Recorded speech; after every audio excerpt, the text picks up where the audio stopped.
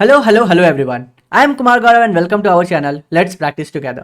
तो आज जो प्रॉब्लम द डे है वह given a value n in how many ways you can construct a grid of size n into 4 using tiles of size 1 into 4।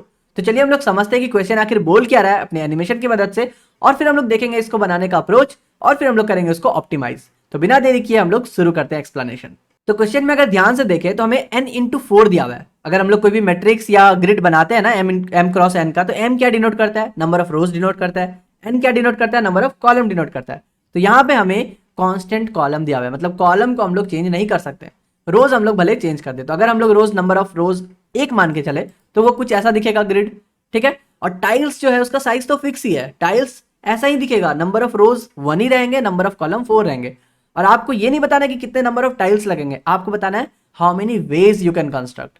Veg मतलब क्या होता है?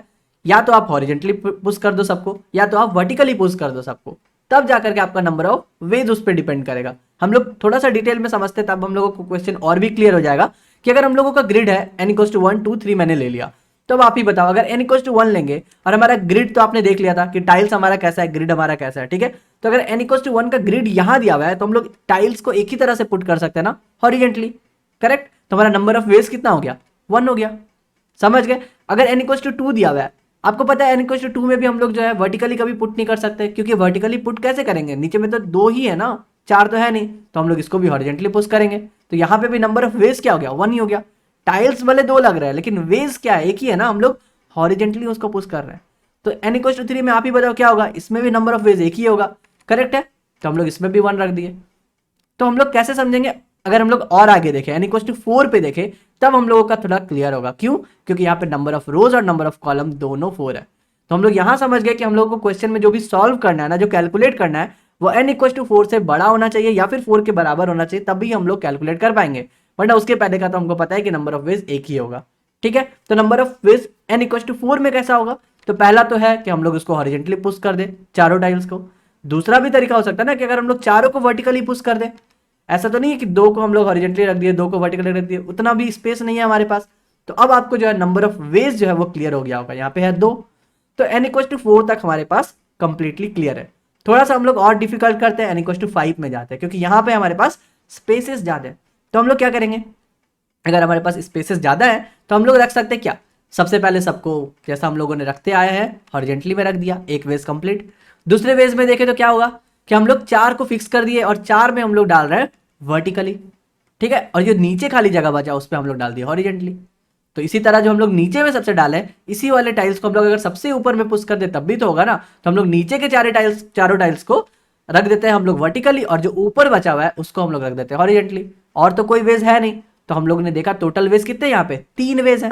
अब हम लोग इसको कैलकुलेट कैसे किए? हम लोगों ने देखा ये 4 को हम लोगों ने कैसे कैलकुलेट किया था, ठीक है। और ये जो बचा 1 उसको हम लोगों ने कैसे कैलकुलेट किया? तो हमारा जो टोटल फॉर्मूला निकल के आया कि नंबर ऑफ वेज जो हम लोग निकालेंगे वो कैसे निकालेंगे? वेज ऑफ 4, वो जो हम लोगों ने 4 को सॉल्व किया था, और ये जो वेज ऑफ 1 बचे।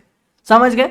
तो यहां तक हम लोग समझ गए, तो हम लोगों को फॉर्मूला जो है अब धीरे धीरे समझ में आने लगा है कि हम लोग कैसे कैलकुलेट किए। अगर हम लोग को 5 के लिए निकालना है तो पहले हम लोग जो 4 के लिए ऑलरेडी कैलकुलेट किए हुए वो निकाल लिए। 4 के लिए कितना आया था? 2 आया था, राइट। और ये जो बचा 1 उसके लिए कितना आया था? 1 था। तो 2 + 1 3, इसलिए हमारा आंसर 3 है। समझ में आ गया? ये ही है हम लोगों का फॉर्मूला। अगर ये फॉर्मूला समझ गए आप, अभी पॉज कीजिए वीडियो को और खुद से ट्राई कीजिए इस क्वेश्चन को बनाने का, नहीं तो हम लोग अभी देखेंगे, ठीक है। मैं क्या करता हूं, एक लास्ट एग्जांपल लेता हूं n इक्वल्स टू 6 का। यहां पर थोड़ा सा मजा आएगा क्योंकि हम लोग फॉर्मूला को और अच्छे से समझेंगे। तो सबसे पहला वेज एज यूजुअल हम लोग क्या करेंगे? सबको हॉरिजेंटली पुश करेंगे। दूसरा क्या हो सकता है? दूसरा वेज होगा कि हम लोग कुछ को, जो ऊपर का 4 है ना, उसको फिक्स कर दिए और नीचे 2 को हम लोगों ने हॉरिजेंटली पुश किया। यहां तक तो कोई क्लियर दिक्कत नहीं है, एकदम सब क्लियर है, राइट।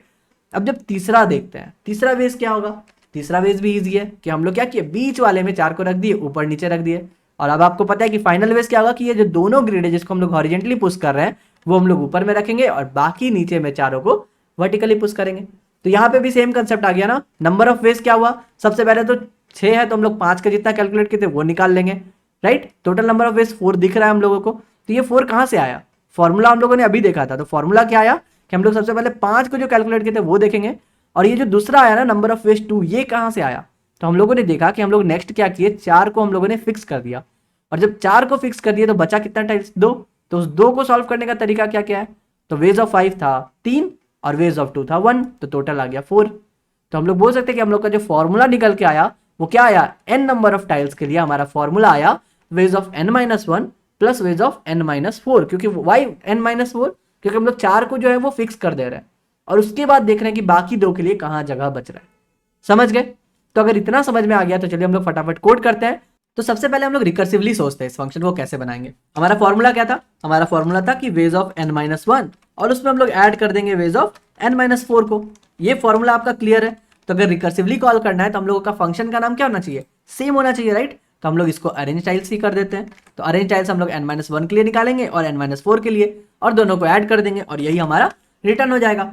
लेकिन जब भी आप कभी रिकर्सिव फंक्शन लिखो तो सबसे पहले सोचो कि बेस कंडीशन क्या होगा, क्योंकि अगर आप बेस कंडीशन नहीं लिखोगे तो ये फंक्शन इनफाइनाइट टाइम्स चल जाएगा। अब बेस कंडीशन कैसे निकालेंगे, तो देखिए सबसे पहले आप क्या करोगे, थोड़ा नीचे आओगे और यहाँ पे कॉन्स्टेंट्स लिखा हुआ है।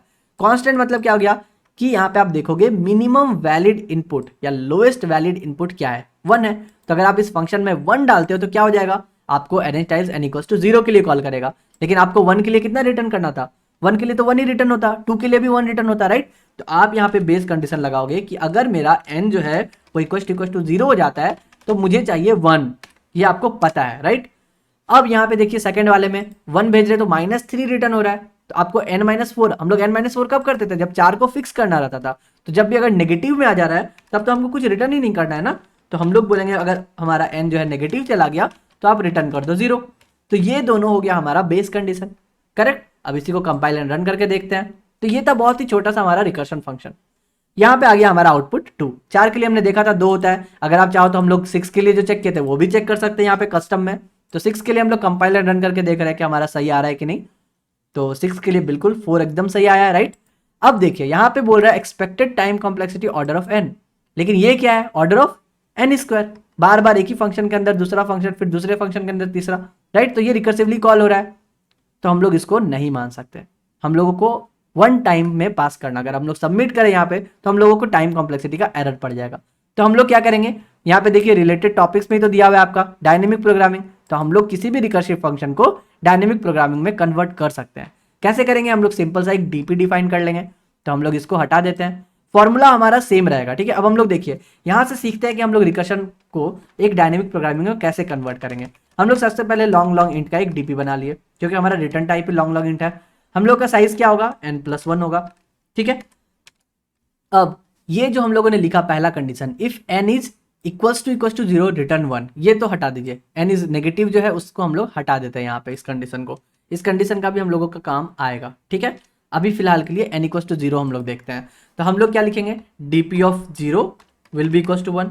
ये लाइन का काम हो गया जो हम लोगों ने लिखा था, n=0 रिटर्न 1, डन। अब ये जो अंदर में कैलकुलेट कर रहा है ना रिटर्न, ये क्या कर रहा है, एक तो बस फॉर लूप के अंदर हम लोग इसको लिख सकते हैं, डीपी कैलकुलेट ही कर रहे हैं। तो बस एक फॉर लूप बना दीजिए और बोलिए कहाँ से हमको कैलकुलेट करना है, इंट i=1 से लेके चलेंगे। i हमारा लेस देन इक्वल्स टू कहाँ तक जाना चाहिए, n तक जाना चाहिए, और हम लोग i++ करेंगे, तब तो हम लोग dp(n) रिटर्न कर सकते हैं ना। अब जो आपका पहला कंडीशन था, क्या हम लोगों ने देखा था 1 हो 2 हो या फिर 3 हो, हमारा वैल्यू तो होता है 1, राइट। तो हम लोग यहाँ पे बोलेंगे कि अगर हमारा, या तो आप यहाँ पे बना लो या तो फिर आप क्या करो, तीनों को डिफाइन कर दो यहाँ पे, कि हम लोगों को जो पता है हम लोग उसको डिफाइन कर देते हैं कि dp(1) भी 1 होगा, करेक्ट। dp(, आप सबको एक लाइन में भी चाहो तो कर सकते हो, मैं बस आपको समझाने के लिए लिख रहा हूँ। dp(2) भी 1 होगा और dp(3) भी 1 होगा, ये आपको कांस्टेंट पता है, राइट। तो अब हम लोग i कहाँ से चलेंगे, i=4 से चलेंगे, सीधा हम लोग यहाँ पे कर दिए, ठीक है। i=4 से चलेंगे, i <= n, i++। और अब हम लोग जो कैलकुलेट करेंगे कि dp(i) will be what, dp(i-1) plus dp(i-4). तो अगर 4 ही हम लोग रिटर्न करते हैं तो 4 - 4 तो 0 हो जाएगा, तो आपको यहाँ से 0 का भी वैल्यू 1 मिल रहा है, करेक्ट। अब जो आप रिटर्न करोगे ये क्या करोगे, dp(n) रिटर्न कर दोगे, यही तो आपका आंसर है, डन। अब देखिए हम लोग कंपाइल एंड रन करके देखें तो ये हम लोगों ने क्यों किया, हम लोगों ने देखा था कि 1 हो 2 हो या 3 हो, इसके लिए वैल्यू होता है 1, हम लोग सिर्फ हॉरिजॉन्टली प्लेस कर सकते हैं बस। अब आप सबमिट कर दो and you got your answer. तो आई होप आपको समझ में आया होगा। अगर कोई भी प्रॉब्लम हो तो आप मुझसे डायरेक्टली पूछ सकते हो, जाकर के इंस्टाग्राम में आप मुझे पिंग करो या फिर इसी कमेंट सेक्शन के नीचे में लिख दो, मैं फ्री होऊंगा तो रिप्लाई आपको कर दूंगा। तो चलिए कल फिर मिलते हैं नए क्वेश्चन के लिए, तब तक के लिए good bye, stay blessed, stay safe and keep coding.